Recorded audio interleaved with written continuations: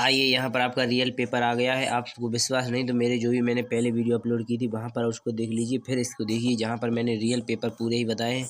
यह आपका real paper है और पूरे सोल्यूशन के साथ लेकर आया हूँ। तो चलिए एक एक करके पूरे सवालों को जल्दी से जल्दी हल करते हैं। तो हल करके भी बताऊँगा, आप यहाँ पर देखेंगे।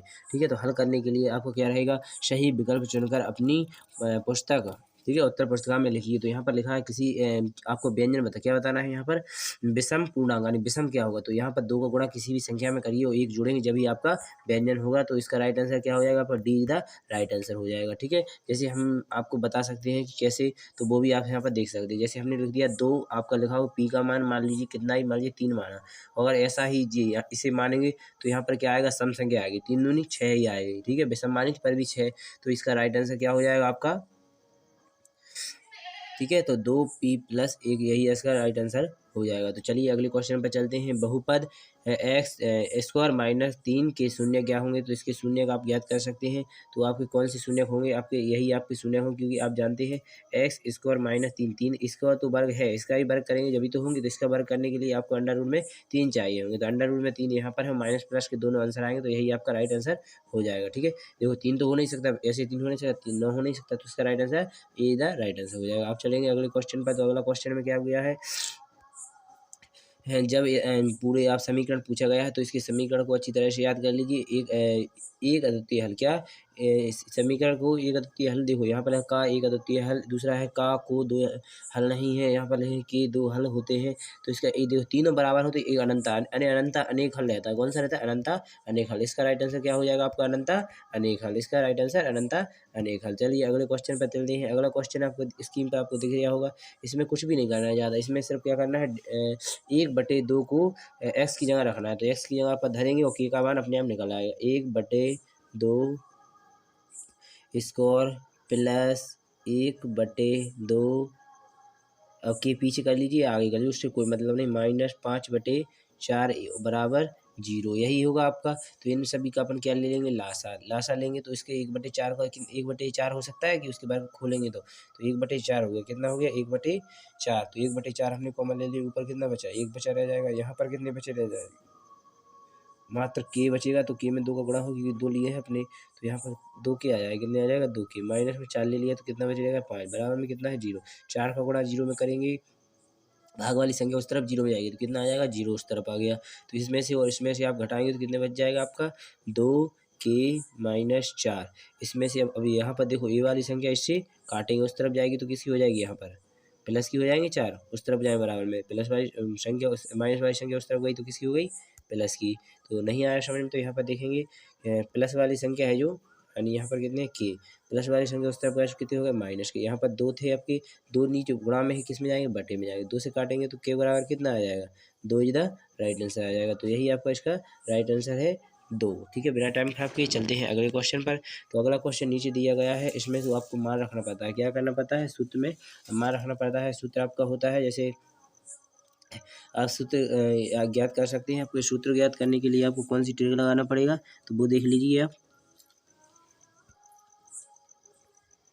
तो इसमें आपको क्या करना है, 11वां पद, इनका अंतर कितना है 2 है, तो अंतर बटे यानी जब इसका रहता है इन दोनों का अंतर पहले रहता है 11, यानी 11 गुणा दोनों का अंतर कितना है। इसे अंतर ज्ञात करने के लिए आपको बड़ी संख्या में छोटी संख्या घटानी पड़ती है। तो यहाँ पर -1/2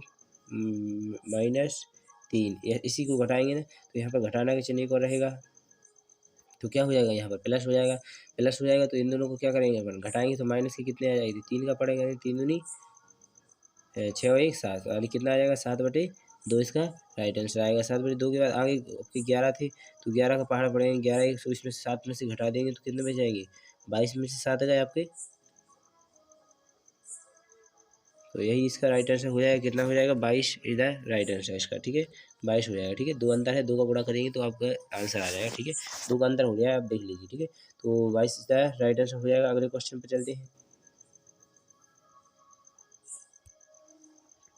अगले क्वेश्चन पर आए हैं तो अगले क्वेश्चन में लिखा है दो गोलों की आयतनों का अनुपात यानी इसको अनुपात यह है तो इसके क्षेत्रफल यानी दृष्टिगत तो इसके पहले आपको घन क्या है, घन है इसका 3 का घन है, यह 4 का घन है तो इनकी वर्ग रहता है। ठीक है, आयतनों को घन वर्ग में घन में गिना जाता है और क्षेत्रफल को वर्ग में। तो 4 का कितना हो जाएगा 16 हो जाएगा, 3 का कितना हो जाएगा 9 हो जाएगा। तो इसका राइट आंसर क्या हो जाएगा आपका D is the right answer हो जाएगा। चलिए अगले क्वेश्चन पर चलते हैं। अगले क्वेश्चन पर खालिस्तान आ चुके हैं, क्या आ चुके हैं खालिस्तान। तो खालिस्तान को एक एक करके पूरी तरह से देखेंगे, जो समझ में ना आए तो पूछ लीजिए। तो यहाँ पर खालिस्तान आपके कौन सी है तो पूछने को देख लीजिए। तो पहले में आपको क्या भरना है तो देख लीजिए, पहले में आपको भरना है क्या भरना है, कोई संख्या p बटे q जहाँ p और q अभाज्य गुणनखंड हो तो उसे क्या कहते हैं, p बराबर 0 को क्या कहते हैं तो यहाँ पर कहते हैं परिमेय। कौन से क्या कहते हैं परिमेय। ठीक है, यहाँ पर लिखेंगे क्या आप परिमेय, क्या लिखेंगे परिमेय। ठीक है, परिमेय लिख लिए। अगले में है दो बहुपदों का योग क्या कहलाता है, एक बहुपद क्या कहलाता है, एक बहुपद। ठीक है, दो बहुपदों का योग क्या कहलाएगा, एक बहुपद। क्या कहलाएगा, एक बहुपद। अगला क्वेश्चन है एक द्विघातीय समीकरण A X square plus B X plus C बराबर 0 के कोई वास्तविक मूल नहीं होते हैं। क्या नहीं होते हैं, कोई वास्तविक मूल नहीं होते हैं तो उसे क्या कहते हैं। तो यहाँ पर कब नहीं होते, जब डी का मान हमेशा ओ से डी का मान हमेशा ओ से छोटा हो, 0 से जीरो से छोटा हो जब डी का मान, तो आपका मान वास्तविक नहीं होते। इसके बाद अगला क्वेश्चन है आपका सभी त्रिभुज समरूप होते हैं। तो सभी त्रिभुज क्या होते हैं, समरूप होते हैं। कौन से होते हैं, सभी त्रिभुज समरूप होते हैं। तो क्या इसका क्या हो जाएगा आगे, क्या सभी समबाहु त्रिभुज समरूप होते हैं। कौन से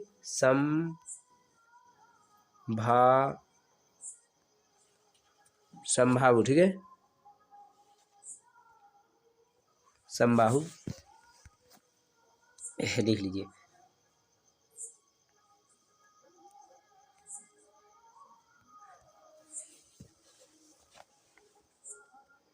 ठीक है, समबाहु इसका राइट आंसर हो जाएगा। इसके बाद सभी त्रिभुज एक वृत्त की समांतर स्पर्श रेखाएं हो सकती हैं। क्या हो सकती हैं, समांतर रेखाएं। एक त्रिभुज की दो समांतर रेखाएं हो सकती हैं। कितनी हो सकती हैं, इसका क्या आंसर आ जाएगा आपका, दो हो सकती है। कितनी हो सकती हैं, दो। इसके बाद कोण त्रिभुज कोण वाले त्रिज्या खंड के क्षेत्रफल का सूत्र किसका बताना है, त्रिज्या खंड के। तो इसका क्या हो जाएगा आपका सूत्र, तो पाई आर स्क्वायर बटे थीटा अपॉन 360 डिग्री। तो यही आपका इसका राइट आंसर हो जाएगा। इसके बाद अगला क्वेश्चन आपका क्या है, तो इसमें लिखा है किसी संभव घटना की प्रायिकता 0 होती है। कितनी होती है, 0 होती है। चलिए अगले क्वेश्चन पर चलते हैं, आगे चलिए। यहाँ पर अब आपकी जोड़ी आ चुकी है, क्या आ चुकी है, जोड़ी। तो sine square theta plus cos square theta बराबर क्या हो जाएगा आपका, साइन स्क्वायर थीटा बराबर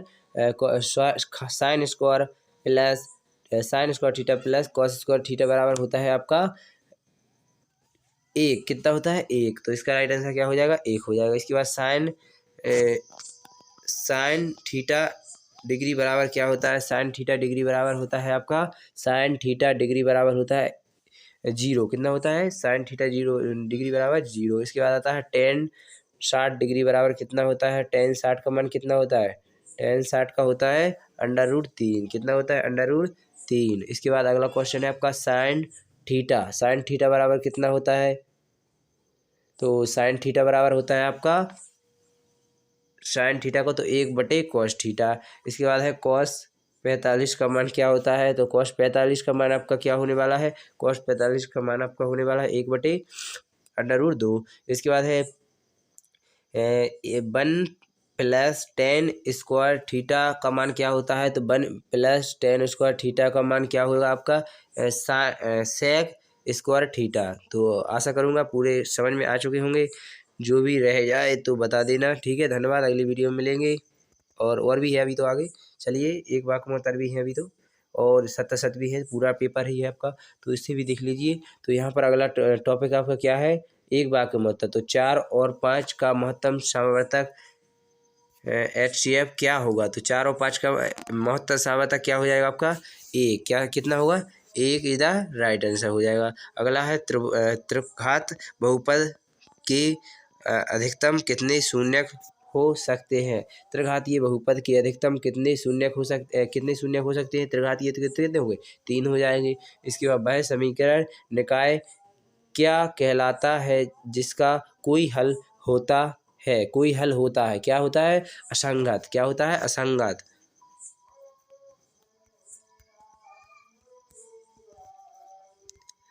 ठीक है, असंगत होता है। ठीक है, कौन सा होता है, असंगत।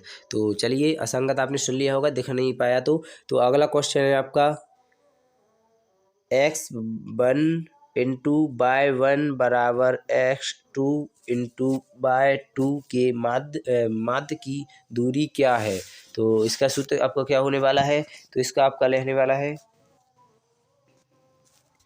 यहाँ पर आप देखेंगे अंडर रूट के अंदर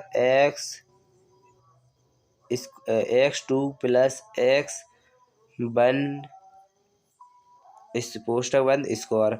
अगला है bye 2 plus y1 under root के अंदर घात 2, पूरा अंडर रूट के अंदर है, यही आपका इसका राइट आंसर हो जाएगा। अगला क्वेश्चन है आपका, अगले क्वेश्चन को देखेंगे। किसी अर्ध वृत्त को उसके व्यास के परित्याग घुमाने पर बने ठोस को क्या कहते हैं। क्या कहते हैं ठोस को, तो क्या कहते हैं, अगर आपका अर्धवृत्त ऐसा बन रहा है व्यास, तो इसका पूरा बनेगा तो इसे क्या कहेंगे, गोला। क्या कहेंगे, गोला कहेंगे। तो इसे क्या कर देंगे, गोला। और अगर आपके यहाँ पर इसका समांतर माध्य ज्ञात करना है, तो इन सभी को जोड़ेंगे तो कितने हो जाएंगे, 15। कितनी संख्या है, 5। 5 से काट देंगे, कितना आ जाएगा, 3 इज द राइट आंसर इसका आपका आ जाएगा। तो अब चलते हैं आगे। तो आगे देखेंगे, निश्चित घटना की प्रायिकता लिखिए। निश्चित घटना की प्रायिकता कितनी होती है, 1 होती है। ठीक है, एक ही निश्चित है, जब तो एक ही रहेगा, उसकी घटना क्या है, हो ही ना है वो तो 100%। तो आइए और आगे जो सत्य असत है उनको भी देखेंगे। तो अगले क्वेश्चन में सत्य असत में पूछा गया है आपसे, सत्य असत बताइए। तो 5 और 7 का समांतर माध्य क्या आपका 6 होगा, कितना,